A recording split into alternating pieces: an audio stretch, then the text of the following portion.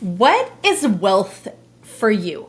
And I think there's actually a very big difference between being rich and having wealth. Today, I'm talking to Sharita Humphreys, who is a financial expert. She is someone who helps specifically women learn how to build financial freedom and wealth.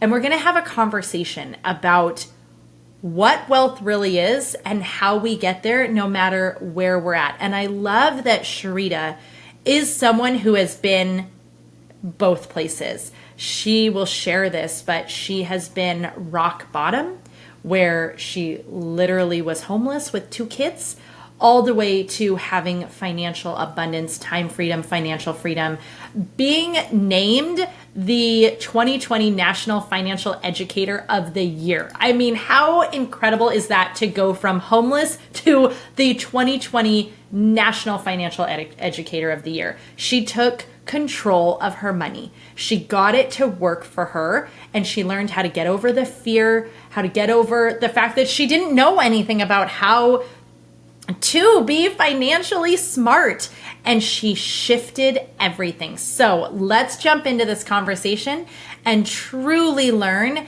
how we can build financial freedom and wealth for ourselves. Sharita, I am so excited to talk to you about all things money, financial freedom, and how we get empowered to just have more wealth in our lives. So before we jump in, will you just tell everybody a little about you? So I am Sharita M. Humphrey. I help working women who want to take that entrepreneur leap, or for those who are already startup entrepreneurs who are looking to be able to grow and scale their businesses, to create it by building wealth before it ends in their bank, before it lands in their bank account. I help them to do that with personal finances, leveraging their credit and understanding how important it is as we grow financially to take risks, but calculated ones that's going to help you to create wealth in every aspect of your life and give you one of the things that many people always forget when they're on their journey to financial freedom, and that's making sure that time freedom is at the top of your list. Okay, so you and I, we basically had a whole podcast before we even started recording, Right. just This chatting. is part And two. one of the things that we were talking about, and we both were like, yes, is money is not actually the ultimate goal. That's what we've been sold. That's what we all think. Like, if I had more money, but that's not actually it. It's No. time freedom, not money freedom. Because Right. and here's the best way I think, like, we can just break this down to make everybody believe us. Everybody knows someone who has very little money and yet lives within their means and feels good. And everyone Mm-hmm. knows someone who seems to have a lot of money and yet is stressed out of their minds all the time and way overextended. It's not money. Now, I'm not going to lie. Money makes things easier. Let's just be totally honest. Like, it's a whole lot easier when you are not worried about Right. how you pay the mortgage or the rent or buy the food or take care of the things for the kids or whatever it is. But if we're just going for money, that's dangerous. And that can get us in a lot of trouble because we don't know when to Right. stop. When we're going for time freedom, then we're about building wealth. And then that wealth gives us the lifestyle that we want. So, my very first question for you is, what is wealth? Wealth is what you said, freedom.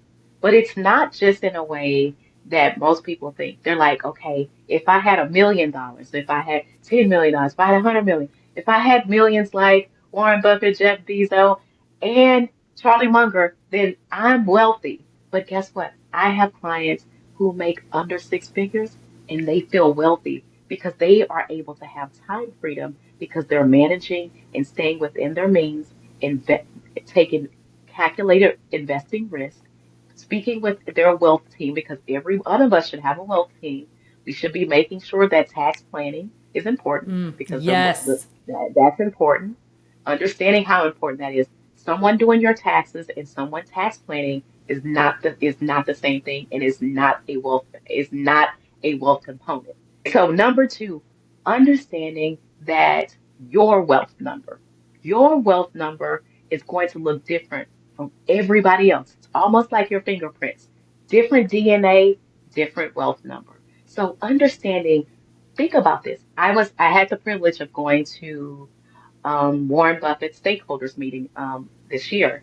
And I thought I said something that I'm putting, it's on my wall now. He said, write your obituary and then work backwards.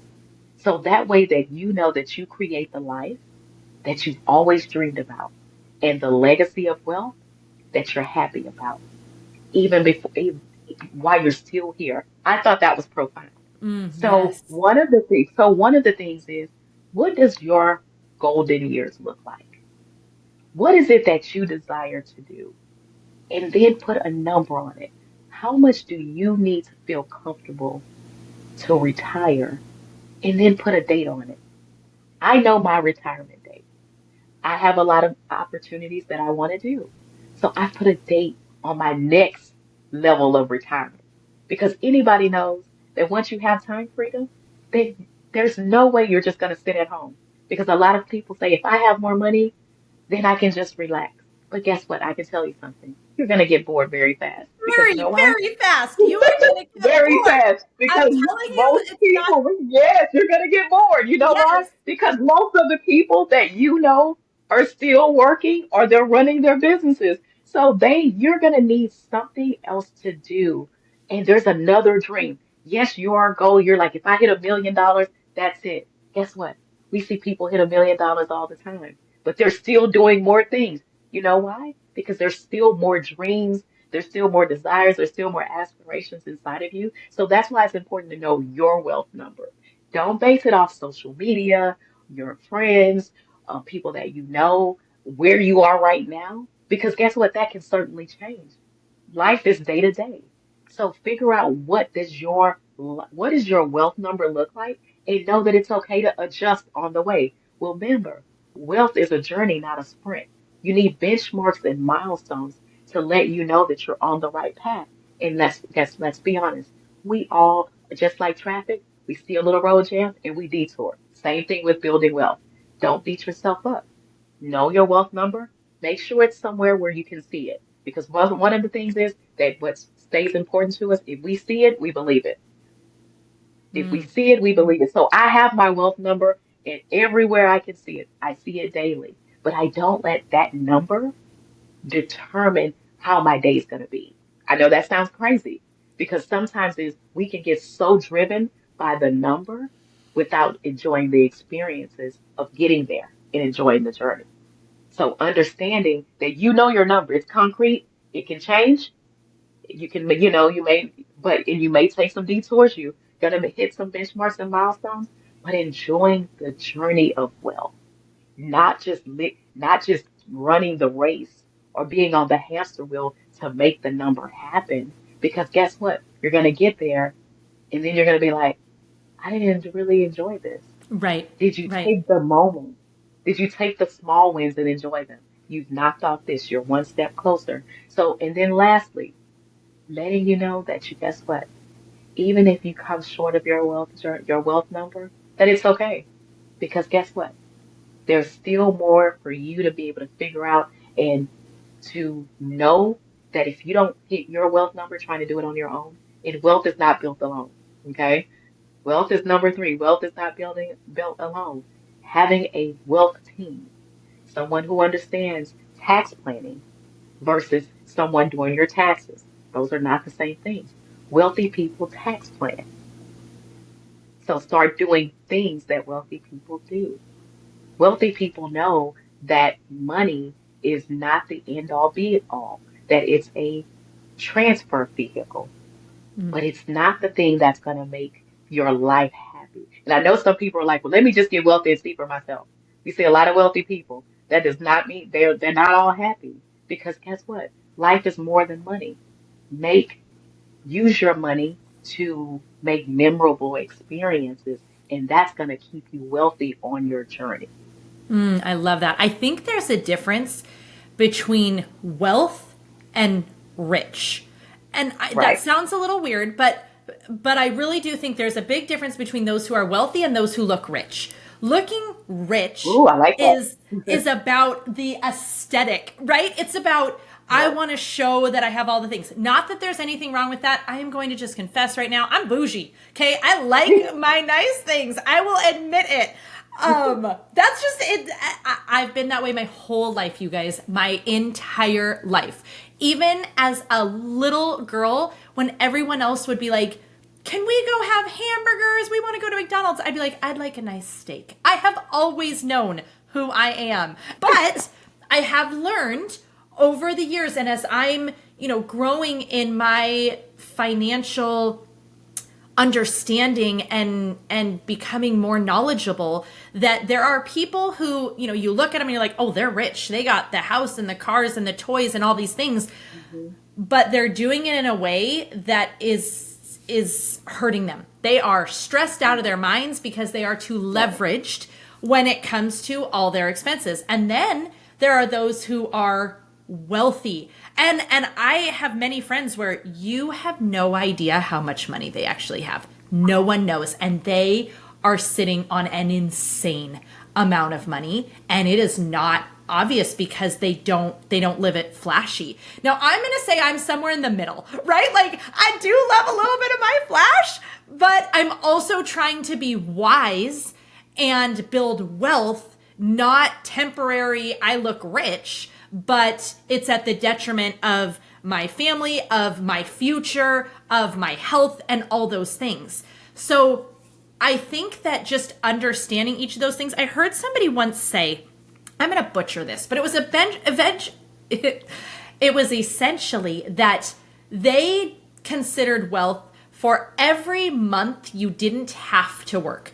Now, you could if you wanted to, but you didn't have to. So if I have 6 months in the bank, I am 6 months wealthy. If I have a year in the bank, I'm a year wealthy. If I have the rest of my life in the bank and a legacy to leave on, boom, I have made it, right? Right. So I love that.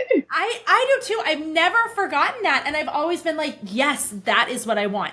So now the question becomes, and why I'm so excited to dig deeper into this conversation with you is like, okay, when we define that, when we say that is what I want, now how do we get there? How do we leverage? How do we build assets? How do we invest? How do we take from, okay, I've built my emergency fund, I've built my savings, I've got money.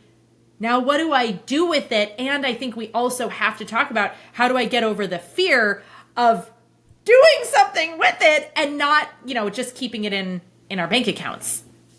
I think a lot of times we have to think about most people, when we're going to make sure that we keep this, um, you know, tax bracket friendly. Because a lot of people think that, okay, I can, because I love that. everybody is in different tax brackets, and that's okay. And you can build wealth in every tax bracket.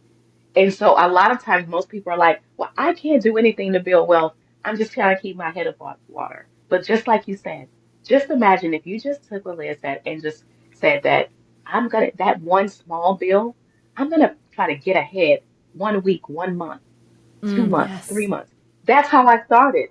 When a lot of people, if you haven't, she's heard my story. I hit rock bottom. I didn't come from wealth. We didn't have money conversations around the table. I was raised by a single mother, but I was always intrigued by numbers. I just thought I was just a nerdy kid. I was just like, look, I thought the introvert in me made me just want to go gravitate to numbers. But who knew that me not having those pivotal conversations about money would be the thing that helped me. Again, we have to take responsibility. Making negative financial behaviors. I ended up homeless with two small kids, but that didn't mean that I was always going to stay there. I didn't have anything. I hit financial rock bottom. Credit scores hit to the 300s.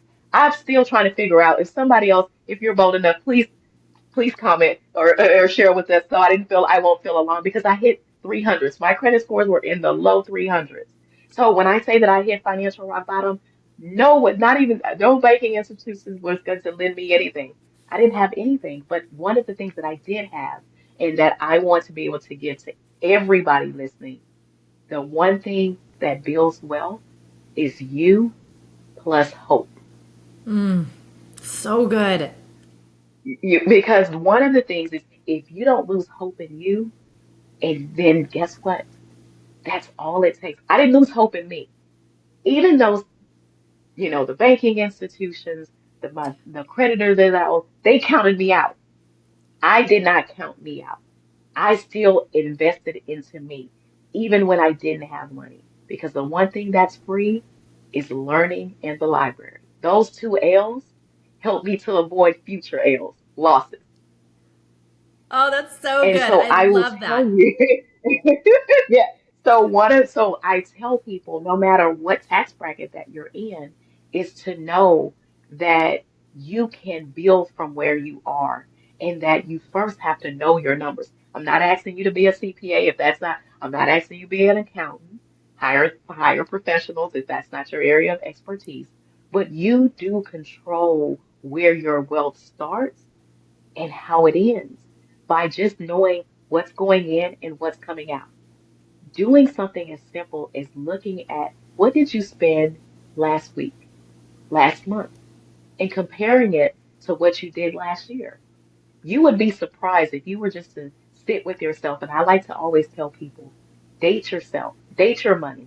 Just go back and pull out that bank statement and make some highlights, everything that was not essential. Add it up, and guess what? If it those non-essential things that many of us can do with mindless spending, you can put that right back into your bank account. It can be used for an emergency fund, paying off debt, but making sure that most people are this is gonna make you happy. Most people forget to put you on your budget because that's what's gonna help you stay consistent. Because no one wants to just get up and go to work, whether you're working a 9 to 5 or working your business, and not be able to enjoy the fruits of your hard work. So making sure, no matter if it's small, $5.50, or for those who are a little bit more bougie, 250 or 500, don't judge me. Um, making sure that you have you on your budget, and you can increase it by dollars, cents, and percentages as you continue to be able to decrease your spending, figure out ways how you can monetize things that you do effortlessly. Because a lot of times those side hustles are built off of gifts and talents and skill sets that we're not monetizing. We Yes. don't, you Yeah. don't, many times we're just like, because I'm pretty sure there's somebody, if you think right now, we'll give you one, two, three. What is something that everybody asks you to do? And you're like, oh, I can do that without even thinking. Can you make money from it? 99%. Most of the time you can. Yeah. And so many people doubt that because they think, oh no, this is so easy. Like, I don't even, like, everyone knows how to do this. No, everyone does not know how to do Mhm. this. You know how to do this. This is one of your gifts. It's something that comes very natural to you. And you need to recognize that there is an opportunity there and stop Yes. believing that, oh, it must be easy for everyone. I also love how you talked about you need to put you into the budget. You need to give money to you. And as you were saying that, I was just thinking about, we know this. We intrinsically understand this, but it's one of those things that gets forgotten. Anything we ever do that is too stringent doesn't work. Look at every single diet where it's like so incredibly restrictive that you feel like you are, being tortured. Same thing with Right. with a budget. You see all the money things and you have this moment of clarity where you're like, things have to change, but then the pendulum swings so far the other way that you go so stringent on yourselves. We're not doing anything that is not a bill or whatever that might look like, and then that's not maintainable either because again you feel like you are being punished. We've got to find the medium that will allow us to stay Right. consistent because it is always consistency that wins in anything. I don't care what we're talking about Right. in life, right? It's when we show Right. up consistently that we see the gains. And we don't win when we have these blitz moments of showing up, trying, and then Right. we fall off again because it's too much and it's too restrictive. Right. And I like how you said that because many times, like you just said, if we look at our health, which is our first form of wealth, and really take care of that, because you can have all the money in the world. But if you're spending it trying to stay healthy or it doesn't do, or you can't spend it at all, because you're not in the capacity to be able to do it, then is it really wealth? So are you someone else is enjoying your wealth? And many times they're going mindless because they didn't have to build it. And so those are some things that you really want to think about. Like you said, when a diet is too restrictive, if a workout is too restrictive, if you're like, oh, I can't eat anything, you're not, it's only going to be a diet.